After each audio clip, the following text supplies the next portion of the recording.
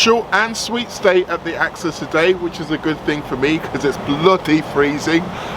As it turns out, Accrington Stanley doesn't draw as many reporters or as many questions as Manchester United or Spurs, but there was still plenty for Arne Slot to get his teeth into, not least all of the transfer rumours that have been flying around about Georgian wingers from Napoli and about some of the players who are currently in the Liverpool squad moving away. We got into all of that. Arne still had his smile on, thankfully.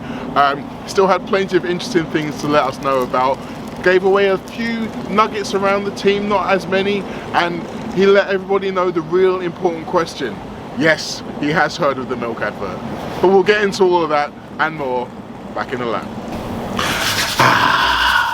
I must say it's good to be back inside. Now the Access Training Centre looks wonderful. It was a full-on winter wonderland.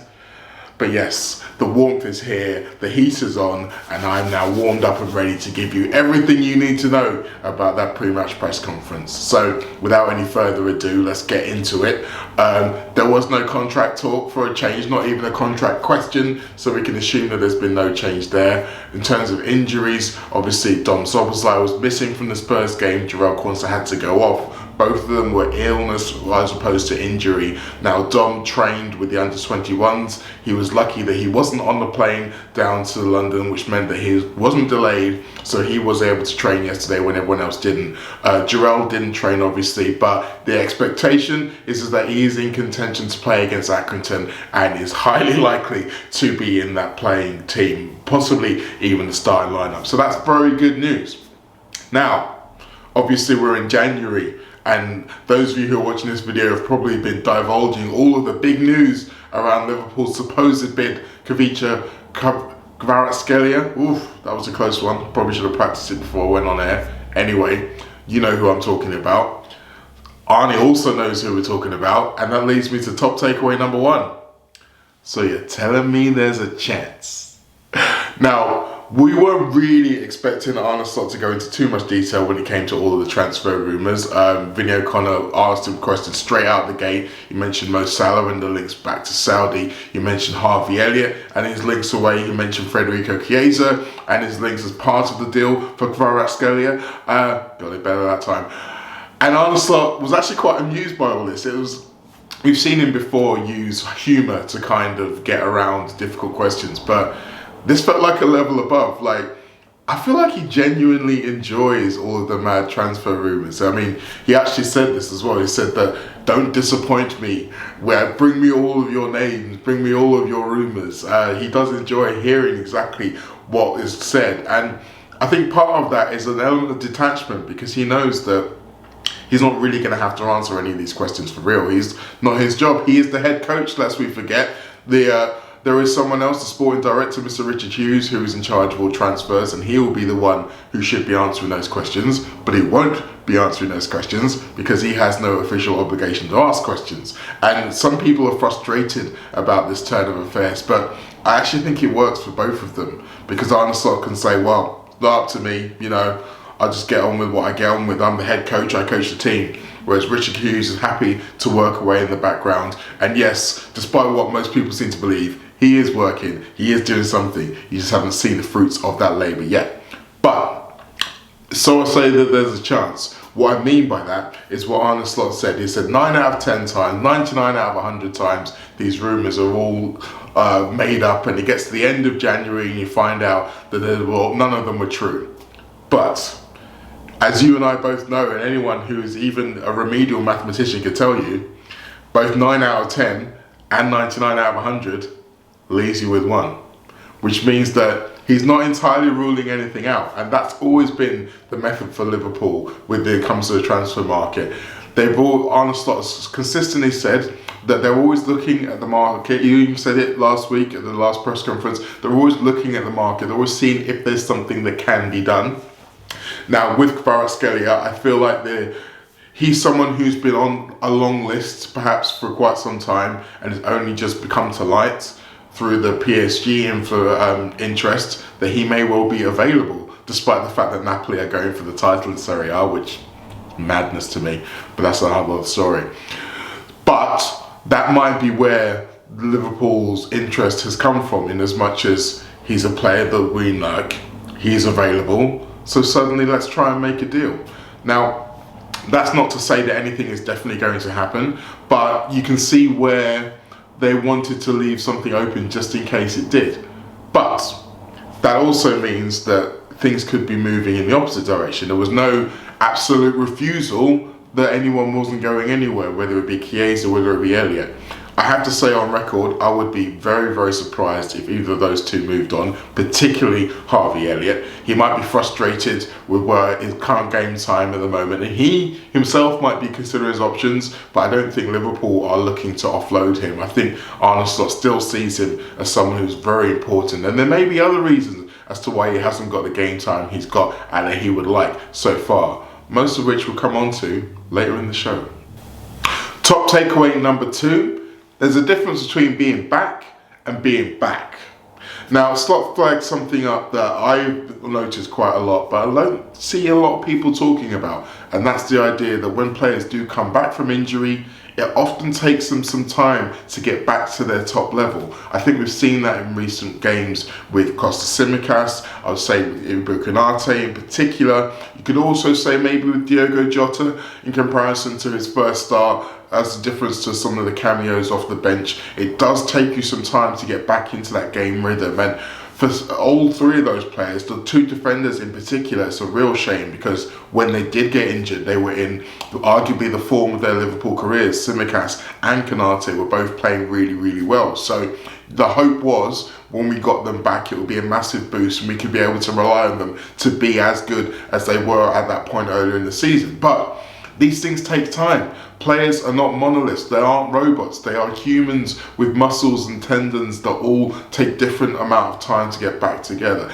And rhythm is another really important part of all of this. I think Tsimikas in particular is the kind of player who he looks better the more often he plays, and the times when he's kind of in and out of the side and then just thrown in at a certain time in a changed team, he has tended to suffer a little bit, and I think that's something that we could all probably do with understanding a little bit more. And when you consider the team in this Spurs game in particular, there were quite a few players who were in that situation of having not played a massive amount over the last few weeks, and maybe when you have too many of them in one team, that causes some of the kind of the rustiness, maybe the sloppiness that we saw in terms of the way Liverpool were with the ball against Spurs. So I think what this is a mitigation from Slot that we hadn't really taken into consideration when it comes to why Liverpool in this game and the last game haven't necessarily hit the heights they had just before. I think one of the themes I got from this press conference in general was that Slot was, without being explicitly about it, he wanted to kind of dampen down some of the nerve, some of the, Liverpool haven't won yet in 2025, is this Liverpool's time to start wobbling? He's a very calm, calculated fellow, as I'm sure you're all aware by now, and there are quite a few of the answers that he gave which would feed back into the idea that nothing much has changed. Even though the results are different, if you look beyond the results into the performances, this team is still the same team. There's no reason for alarm. And to be honest, I have to say I agree with him. It's not nice when Liverpool go 2 games without a win, but that's 2 games without a win. It's not 4 games, it's not 5 games, it's not 8 games. So we are probably right to all be a little bit more cautious and to understand that these things just happen over the course of a season. And that feeds very nicely into top takeaway number 3. Winning big has many benefits. Now, Slot referenced all the games that when Liverpool were winning and how many of them were by tight margins. I think it's something that he's said quite a few times now, a line he comes back to, is the idea that every single game Liverpool have won, with the possible exception of Chelsea, they deserve to win. I would have an issue with that. I think we still deserve to win against Chelsea, but by the by.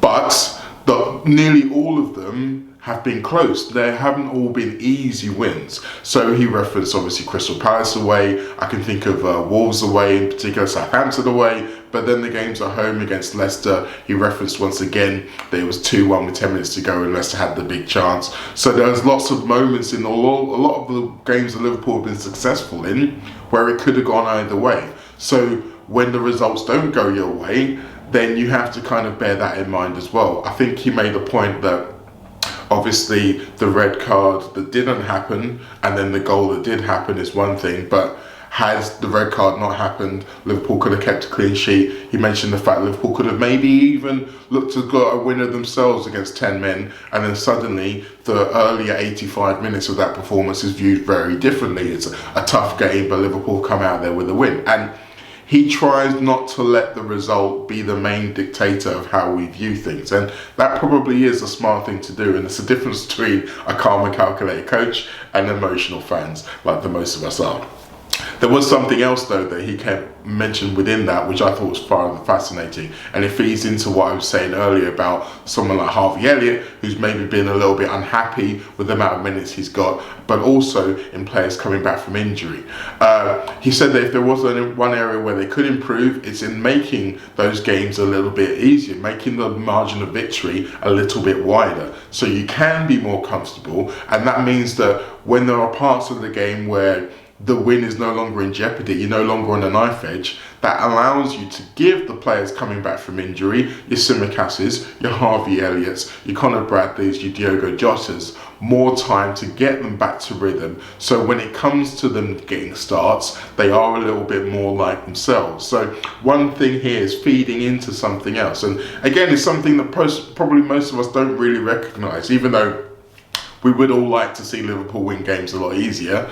If you're doing that week in, week out, there are so many benefits. Not only is it not giving you so much, you're not expending so much physical energy, but as I said, you can start to use more of the squad a little bit more, give players rest, give other players a bit more rhythm, and then suddenly everything's looking a bit more rosy. So once again, there are mitigation as to why things are looking a little bit not as good as they have been in the previous weeks, but he's a calm fella. He understands all of this. He has all of this in hand, which I like, and I think most of us should really like as well.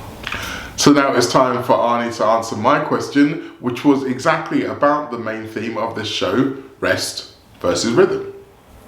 I'm kind of interested in the patterns you notice in us conceding, but I dare say you're probably not going to tell me about that here. So my question's more about rest and rhythm. The players got some time off between the Manchester United and the West Ham game, after I think it was 6 games in 19 days or something like that. Now, I've heard you talk before about how used to playing every 3 days this team are, and maybe that suits them a little better. So I wondered, how complicated have you found it, getting that balance between the rest and the rhythm when in your first season here in England with the extended Champions League and with 2 domestic cup competitions? It's not difficult because I think if you are in a league like this and you play so many games, that it's one of the most important thing you can do is give players some rest once in a while when it's possible. Then you always wonder for yourself if they've been indeed a few days off, which has happened many more times this season, where afterwards we did have the result. You always wonder, you always try to look back and reflect on, okay, what have we done? Could we have done better? But in both games we had a lot of intensity. It was necessary because both games was intense, especially against Tottenham. If you look at the output, physical output, it was one of our best games this season. That's not to say if we played the best with the ball, but physical output. So that tells you then maybe that for them being rested, that at least they are completely ready to compete. So you cannot see what some people try to say now, that we might be tired or those kind of things. No, not at all. And we are even having a step up. But what probably was not seen a lot is that compared to the game 2 weeks ago, we've changed 5 positions, and a few of them didn't have a lot of playing time in the last 6 or 7 weeks, and that's what I just also said. If a player is out for 6 or 7 weeks in this league and has to train for himself and then comes back in this intensity, it's sometimes you have to find your rhythm in the first 10, 15 or 20 minutes. And I think that's exactly what you saw against Tottenham. That's why that's probably stayed in the head for many people a long time. But if I look the game back and I look at the last 70 minutes, I see that we were able, just as many times as 2 weeks ago, arriving in and around the final third of Tottenham just as many times 2 weeks ago. Now, there was a difference in the final third, We were not creating as much chances from getting into those positions as we did 2 weeks ago. But that is a normal situation in the season. That's the most difficult part of the pitch, the final third. And sometimes these attackers create chance after chance, and sometimes it's a bit harder. So I don't see anything into this. Now, I really enjoy this answer because it's one of those where initially it sounded like that he rejected my premise, but then when you actually listen to the answer, I think he actually kind of agreed with me. So initially he said that it wasn't actually that hard to make the balance between rest and rhythm because rest is something that's so important. It feels like that's something you will always prioritize. Wherever they can find an opportunity to give the players rest, they will do that. That feels like a key strategy in their whole injury prevention. And his sports scientist coach, Ruben Peters, who's revolutionized the way that he looks at things and who was a big key in being able to keep the final players fit for longer.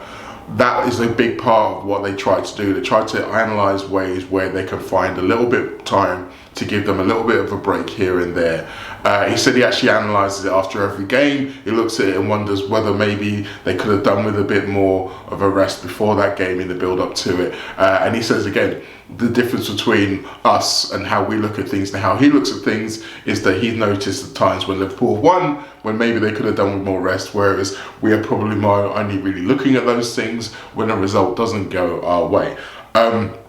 The fascinating thing for me, though, was what he said about the physical output for this game. He said that the physical output for the Spurs game was actually higher, one of the highest ones of the whole season, which tells you a couple of things. Firstly, it tells you that the rest that they did get clearly had some effect if they were physically able to match what they'd done previously this season, and they looked like they were at it from the stats point of view. The eye test maybe is a little bit different, I have to say, but also it does dismiss the idea that most of us had that, well, maybe they are a little bit tired and maybe there are some players who've been played a little bit too much. I think in particular, Ryan Gravenberch is probably falling into that category. I think most of us would like to think the idea that there would like to be an alternative for him in that role that is trusted, maybe not as much as him, but certainly trusted enough to be able to do a job and to maybe give him a little bit more rest, because it's not the fact that he can't play these games. He's still a young, very fit man. It's the fact that he's gone from 2 seasons where he hardly played into this game where he's playing all the time. And if you look at the last 2 performances, he's not quite hitting the heights that he had earlier in the season. But as Slot said to us, physical wasn't an issue when it came to the game against Spurs. What he actually said was, on the ball we weren't as good, but then he even narrowed that down. He said that they arrived in the final third just as many times in this game as they did in the game at Spurs previously, where they scored 6 goals. But it was when we got to the final third that caused the problem. And he did say that that is the most difficult part of football, is the final pass, the final shot, actually putting the ball in the net. And the stats bear that out as well. I actually looked up on SofaScore to look up the stats, and in the 6-3 game, Liverpool entered the Spurs final third on 51 occasions. In the 1-0 defeat in the League Cup, they actually entered the final third on 67 occasions. Now the difference is that in the league game, Liverpool had 24 shots, 12 of which were on target, whereas in the League Cup game, there was only 14 shots, of which 7 was on target. Now, simple maths will tell you, if you're hitting the target 12 times, you're more likely to score 6 goals than if you're hitting the target only 7 times. And the variance involved between Liverpool's creating more shots and not creating as many shots isn't necessarily down to something systemic. It's certainly not down to the physical stats. Sometimes it's just be that way. I think that's kind of what Slot was trying to say.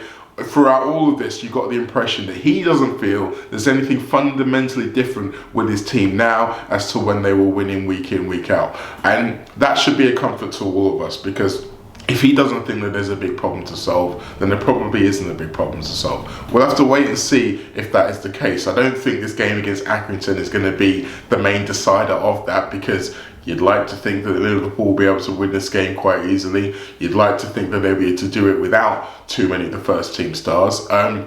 Unfortunately, I'm still not quite at the point where I can ask 2 questions in a press conference, and if I had have been able to ask 2 questions. My second one would have been about Jayden Danns and the possibility of him being involved in this game, and the difficulty it is when you've got someone like him who potentially could benefit from being in and around the first team, training with them, but then also could also benefit from going out and playing regular senior football. I do think it's a shame that there's only one FA Cup game in January. I think if the 4th round had been towards the end of January, then maybe you could have seen Jayden Danns getting 2 games for Liverpool and then going out on loan.